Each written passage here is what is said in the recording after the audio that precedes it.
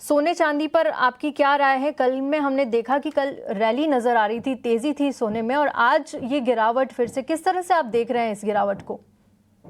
ये profit taking ही है। ये गिरावट में कोई ज्यादा मंदी या बड़ा क्रैश का कोई नहीं है। देखिए, ये जो आप सीज फायर की बात कर रहे हो, ये जब होगा तब होगा।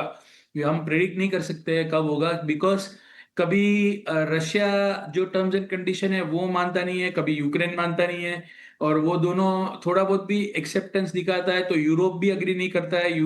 यूक्रेन को यूक्रेन को बोलता है कि नहीं, आप एक्सेप्ट मत की करो। सो मेरी राय में ओवरऑल एक बार 4220 स्पॉट जा सकता है गोल्ड में, 4200 220 तक ऊपर जा सकता है। सो एमसीएक्स में दैट शेड ट्रांसलेट इनटू 1,29,000। वहां पे एक बार रिव्यू करना चाहिए लॉन्ग पोजीशन को। और जहां तक सिल्वर की गोल्ड की बात करेंगे तो 1,29,000 फेब्रुवरी कॉन्ट्रैक्ट के लिए। और सिल्वर की बात करेंगे तो अराउंड 1,67 1,68,000 मार्च कॉन्ट्रैक्ट। इतनी अपसाइड मुझे आती हुई नजर आ रही है। बिल्कुल। मनोज जी, आप किस तरह से आज की गिरावट को देख रहे हैं? क्योंकि कल तो हमने तेजी देखी थी गोल्ड में, इस करेक्शन की बड़ी वजह क्या है और कौन से फंडामेंटल्स यहाँ पर अभी गोल्ड के पीछे काम कर रहे हैं? नमस्कार दीप्ति जी। बिल्कुल, यहाँ पे हम आज की जो गिरावट है उसको एक प्रॉफिट बुकिंग ही कहेंगे, क्योंकि हमने एक जो अच्छी रैली देखी थी मार्केट में पिछले 2 सेशन में, उसके बाद एक प्रॉफिट टेकिंग यहाँ देखने को मिल रही है। और आज यहाँ पे यूएस में थैंक्स गिविंग डे के चलते हॉलीडे भी है, तो उसके चलते यहाँ पे ऊपरी लेवल्स पर कुछ मुनाफा वसूली देखने को मिल रही है। लेकिन अंडरलाइंग जो ट्रेंड है वो पॉजिटिव है, फंडामेंटल्स भी काफी सपोर्टिव है। यहाँ पे फेड का दिसंबर पॉलिसी मीटिंग में ब्याज दर में कटौती को लेकर के संभावनाएं फिर एक बार बढ़ती हुई नजर आई है। और जो यूएस के इकोनॉमिक आंकड़े इस सप्ताह जारी हुए हैं वो भी मिले जुले रहे हैं। तो हमारा मानना है कि यहाँ पे ट्रेंड जो है सोने और चांदी के लिए पॉजिटिव बना रहेगा। यूएस के 10 साल के बॉन्ड की दरें हैं वो भी एक महीने के निचले स्तरों पर फिसलती हुई नजर आई है। तो ये सारे फंडामेंटल सोने और चांदी के लिए सपोर्टिव रहेंगे।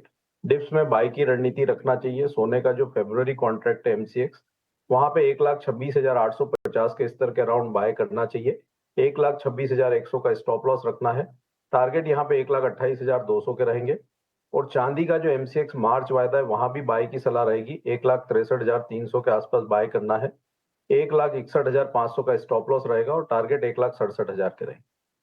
बिल्कुल, तो आप भी इसे एक प्रॉफिट टेकिंग के तौर पर देख रहे हैं। सोने में आपने बाई की कॉल दी है। यहाँ पर एमसीएक्स पर जो टारगेट्स आपने सुझाए हैं, 1,26,850 के लेवल पर खरीदारी करनी है। टारगेट्स 1,28,200 तक के, और स्टॉप लॉस लगाना होगा 1,26,100 का। सिल्वर पर भी आपने यहाँ पर खरीदारी की राय दी है। एक बार फिर से आपकी कॉल को रिपीट कर देते हैं। यहाँ पर भी आपने मार्च वायदा की कॉल दी है, 1,63,300 पर यहाँ पर खरीदारी करनी है। 1,67 के यहाँ पर टारगेट्स मिलेंगे, लेकिन स्टॉप लॉस लगाना होगा 1,61,500 का। प्रथमेश जी, आप किस तरह से अभी गोल्ड और सिल्वर को देख रहे हैं? क्या आपको भी लगता है कि जो आज के सेशन की गिरावट है ये प्रॉफिट बुकिंग है? अंडरलाइंग मोमेंटम में ऐसे कोई खास बदलाव नहीं है और स्ट्रेंथ यहाँ पे आगे भी जारी रह सकता है। तो गोल्ड का ऊपर वाला भाव 1,26,500, नीचे वाला जोन 1,24,500, इस रेंज में रहेगा आपको। तो इसमें भी डिप्स बाय, जो डिप्स पर बाय करने की सलाह रहेगी। और अकॉर्डिंगली ये फिलहाल मैं दिसंबर कॉन्ट्रैक्ट के हिसाब से बोल रहा हूँ, यहाँ पे आपको कैरी फॉरवर्ड नहीं करनी है। ये स्ट्रैटेजी 1,25,200 के करीब इसको बाय कीजिए। 1,24,800 का स्टॉप रखिए। ऊपर में टारगेट 1,26,100 के रखिए। सिमिलरली सिल्वर का दिसंबर कॉन्ट्रैक्ट 1,60,500 के करीब बाय कीजिए। 1,60,000 का स्टॉप, ऊपर में टारगेट 1,61,500। ओके, तो ये हो गई सोने और चांदी पर प्रथमेश जी की राय।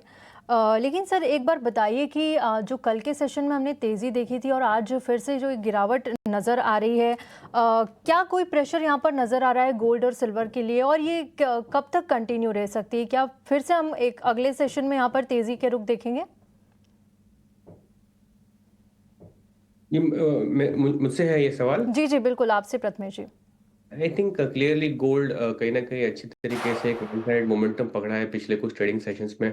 कहीं ना कहीं यहाँ पे ऊपरी भाव पे यहाँ पे करेक्शन होते हुए दिख रहा है और अकॉर्डिंगली आपको थोड़ा सा करेक्शन दिख रहा है आज के सेशन में, बट मुझे लगता नहीं है कि ये करेक्शन आने वाले ट्रेडिंग सेशन में जारी रह सकता है।